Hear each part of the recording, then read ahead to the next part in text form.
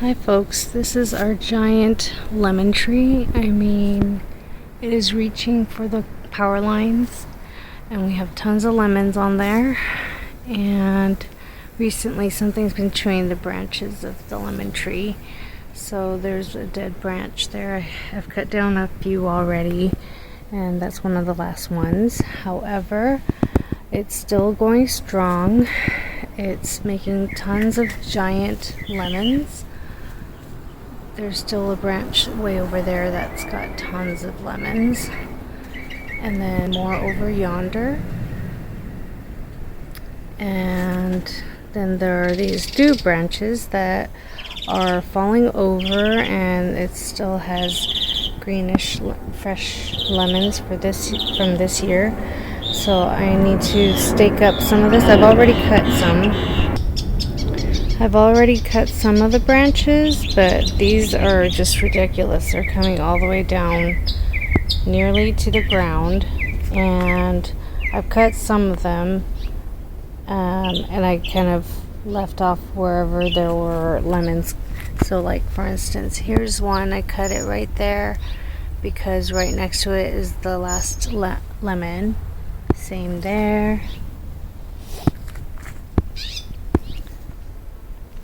So I need to prop them up with the Costco trellises. Let me show you. Here is a trellis I purchased from Costco, and it's holding up my goji berry canes, and it's about 4 or 5 feet tall.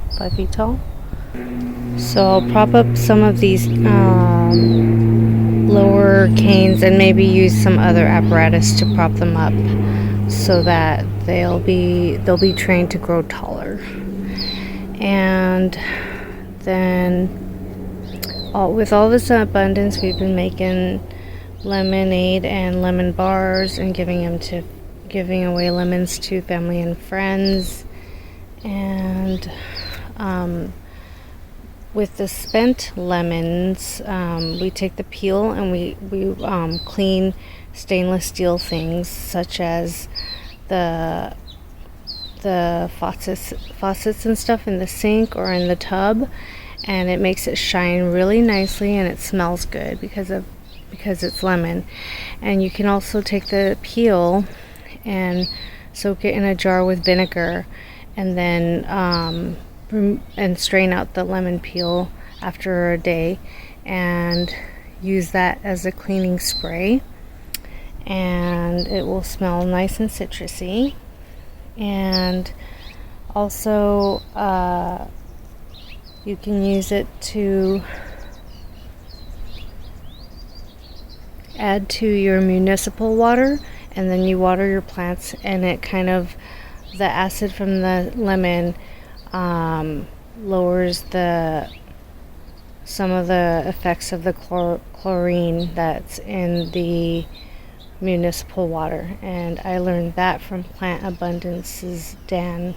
So it's quite interesting, the many uses and how much fruit and food you can get from a fruit tree. So here is another tree. It's my Mexican thornless lime tree, and it has so many fruit right now. So many fruit.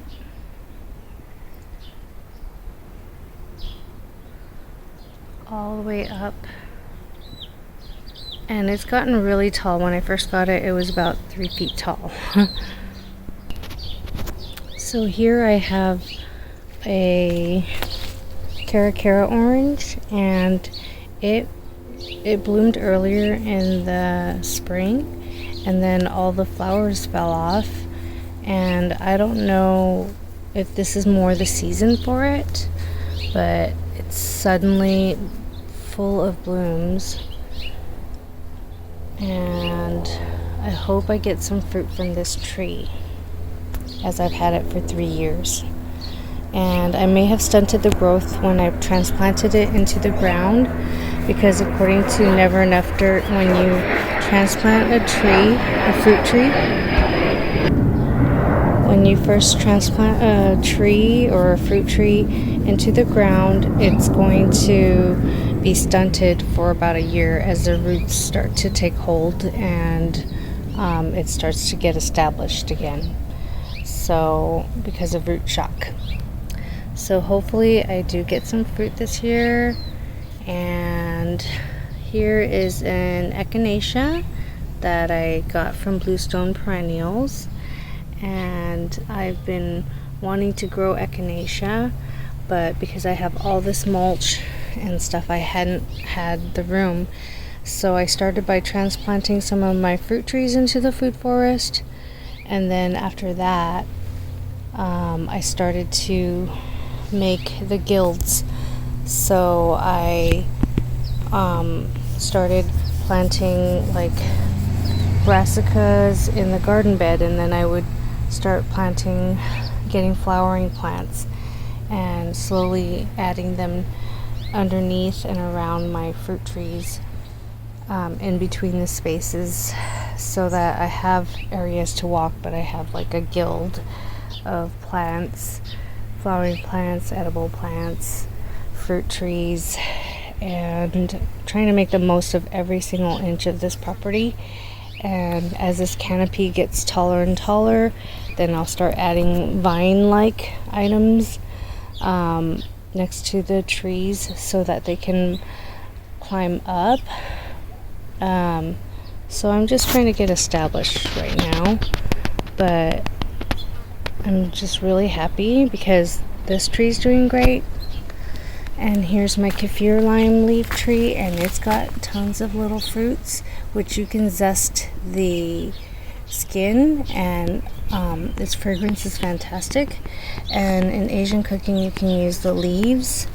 Look at this giant, beautiful leaf.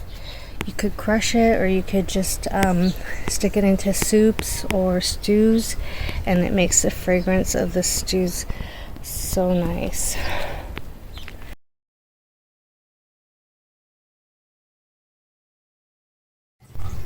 What do you do when you get loads and loads of lemons for free from your giant tree? As you can see, there are quite a few lemons here. When you get loads and loads of lemons and you don't know what to do. Over here we make tons and tons of lemonade and lemon bars, and we give them away, and we squeeze it into salads and other things that we eat or drink. So as you can see here, we have some lemon bars. My son and my husband know the recipe practically by heart, and this is a lovely bright yellow, and he even with this batch added a little bit of powdered sugar. And this is the recipe from I think it's one of the recipes we like is Ina Garten's, but I think this one is the recipe from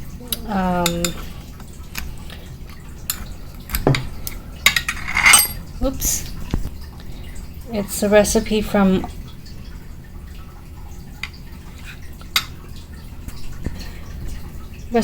allrecipes.com, which it's really, really delicious. And it has a thin layer of the crust, I guess you call it, and then the lemon on the top, and it's delicious, very lemony and bright and shiny, and a good use of about 3 lemons. And our lemonade recipe uses up 6 lemons.